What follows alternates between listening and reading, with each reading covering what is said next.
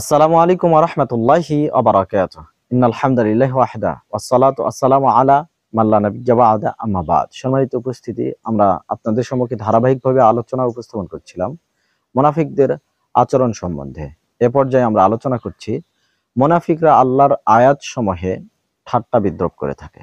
যেমনটা আল্লাহ তাআলা নিজেই বলে দিয়েছেন সূরা তাওবা ৯ নম্বর সূরার ৬৪ নম্বর আয়াতে। তিনি বলেন, ইয়াহযারুল মুনাফিকুনা, মুনাফিকরা এই আশঙ্কা করে, এই ভয় করে, আং তুনাজ্জালা আলাইহিম সূরা, মুসলমানদের উপরে না জানি কোন সূরা নাজিল হয়, তুনাব্বিউহুম বিমা ফি কুলুবিহিম, এর মাধ্যমে মুসলমানদেরকে জানিয়ে দেওয়া হয় যে মুনাফিকদের অন্তরে কি লুকিয়ে আছে।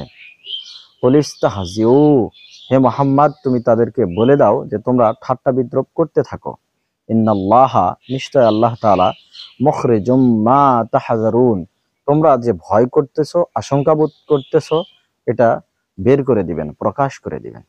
সম্মানিত উপস্থিতি, দেখুন এই আয়াত থেকে প্রতীয়মান হয় যে মুনাফিকরা আল্লাহর আয়াত নিয়ে ঠাট্টা বিদ্রূপ করে, আবার তারা ভয়ও করে, আশঙ্কা বোধও করে যে এটা তো আল্লাহ তাআলা জানেন, কখন না জানি আয়াত নাজিল করে, সূরা নাজিল করে দিয়ে মুসলমানদেরকে আমাদের অন্তরে লুক্কায়িত সেই ঠাট্টা বিদ্রূপটা প্রকাশ করে দেয়। এই আশঙ্কা, এই ভয় তারা করে।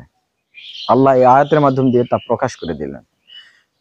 এর দ্বারা প্রতীয়মান হয় যে বা যারা আল্লাহর আয়াতে ঠাট্টা বিদ্রূপ করবে, তুচ্ছ তাচ্ছিল্য করবে, আল্লাহর আয়াত নিয়ে, বিধান নিয়ে তুচ্ছ তাচ্ছিল্য, হাসি তামাশা, মজাক করবে, তাদেরকে আল্লাহ তাআলা বলছেন যে তোমরা তাচ্ছিল্য করতে থাকো, ঠাট্টা বিদ্রূপ করতে থাকো, আল্লাহ তাআলা তোমাদের অন্তরে লুক্কায়িত সেই ঠাট্টা বিদ্রূপ প্রকাশ করে দিবেন, তোমাদের মুনাফিকি আচরণ আল্লাহ প্রকাশ করে দিবেন।